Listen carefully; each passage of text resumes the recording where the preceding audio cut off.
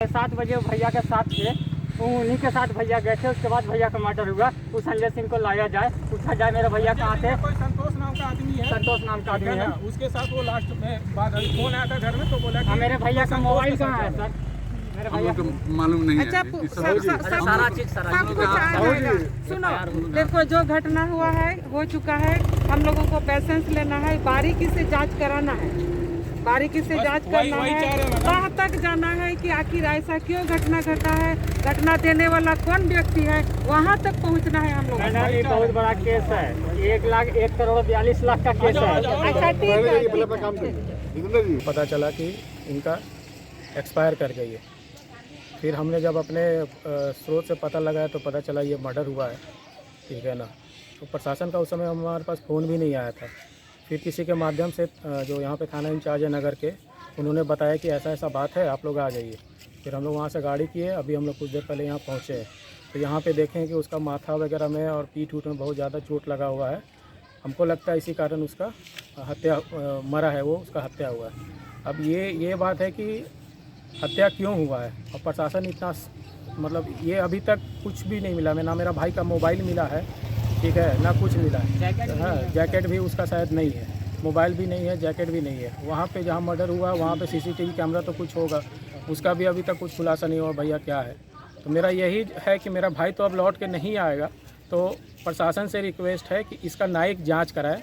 Hemant Soren sir से request है कि इसका न्यायिक जाँच कराएं। हम लोग यहाँ नहीं रहते हैं, हम लोग रांची में रहते हैं, ये बंदा यहाँ पे अकेले रहता था। तो उनसे मेरा रिक्वेस्ट है कि अगर हो सके तो ठीक है ना, अगर नहीं होगा तो कोई बात नहीं, अगर हो सके तो कम से कम इसका न्यायिक जांच करवाए। मेरा भाई ऐसा शख्स था, तो एक मच्छर नहीं मारता था और उसको कोई मार दिया है, ठीक है। हम लोग रांची में रहते हैं सर, रांची से दुमका आया है काम करने के लिए, ठीक है ना। आप लोग दुमका में रहते हैं, तो आप लोग सोचिए आप लोग के लिए कितना ये बेहुदा वाला बात है कि हम अपना भाई का दुमका से लाश लेके जा रहे हैं। हाँ, और आप लोग कुछ भी नहीं करने पा रहे, ना मीडिया कर रहा है, ना प्रशासन कर रहा है, ना कुछ कर रहा है।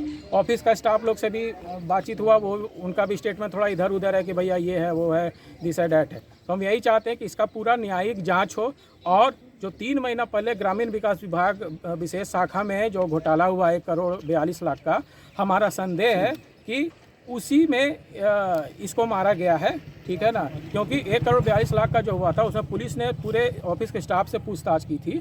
पूछताछ में इसको मतलब 5-6 घंटा बाद छोड़ दिया गया था, बोला कि नहीं आप जाइए, आप में कुछ नहीं होगा, ठीक है ना। और 2 बंदा को हिरासत में लिया गया था।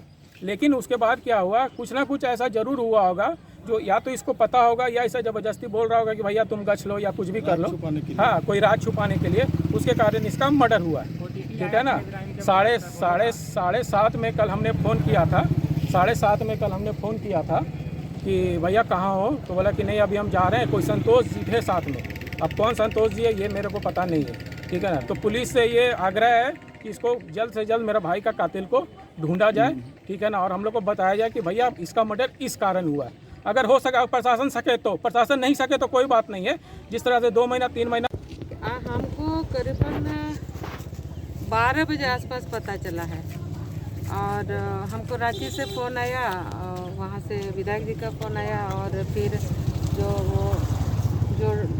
जिनका डेथ हुआ है, क्या नाम है, दीप, उनके भाई वो हमको फ़ोन किए थे कि दीदी हम लोग ऐसे ऐसे आ रहे हैं, और जिनकी हत्या हुई हम उनके भाई हैं। तो हम बोले हाँ बोलो क्या बात है, तो बोले वही हत्या हुई है, हम लोग आ रहे हैं, थोड़ा सा आप मदद करिए, इतने हमको बोला गया था। तो हम तो जान नहीं रहे थे, फिर इधर उधर से जानकारी लिए। तो अभी यहाँ आने के बाद बहुत डिटेल्स में तो जानकारी हुआ, और जब हम जानकारी लिए तो ये घटना उससे जुड़ा हुआ है जो ग्रामीण विकास विभाग का विशेष प्रमंडल में कुछ दिन पहले हम लोग सुने थे 1,42,00,000 का कुछ घोटाला हुआ था, या किसी अकाउंट पर पैसा चला गया था तो वो वापस हुआ नहीं हुआ, ये तो विभाग ही जाने।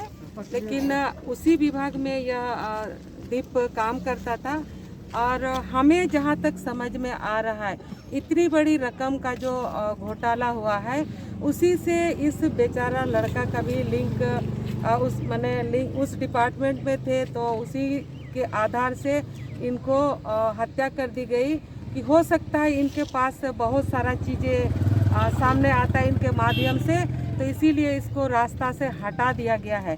और हम निश्चित रूप से बोल रहे हैं कि वर्तमान में यहाँ शासन नाम का कोई चीज़ नहीं रह गया और उसका जीता जागता उदाहरण अभी सामने दिखा। पिछले दिनों कुछ दिन पहले एक इसी तरह का एक घटना और घटा था और आज ये फिर सामने।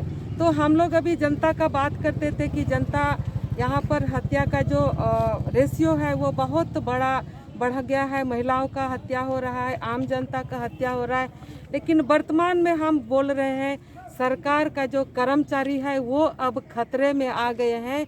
अब समझ सकते हैं जनता असुरक्षित है, आम पब्लिक असुरक्षित है। अब सरकार का जो कर्मचारी सरकार संचालन करने में जो सहयोग देती है वैसे कर्मचारी असुरक्षित है। निश्चित रूप से ये गहन जांच होनी चाहिए, बारीकी से जांच होनी चाहिए, न्यायिक जांच होनी चाहिए।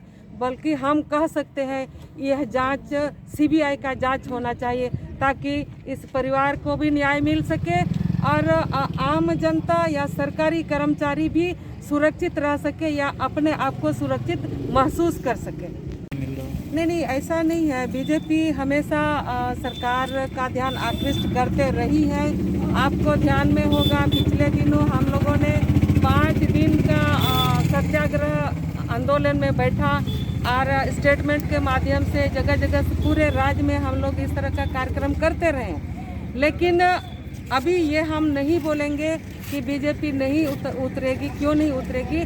बीजेपी इस को देखेगी क्या कार्रवाई सरकार कर रही है और कार्रवाई अगर सही तरीके से होता है, जांच सही तरीके से होता है, न्याय मिलता है तो निश्चित रूप से लगेगा कि हाँ सरकार में थोड़ी सा भी जो संवेदनशील है वो बचा है।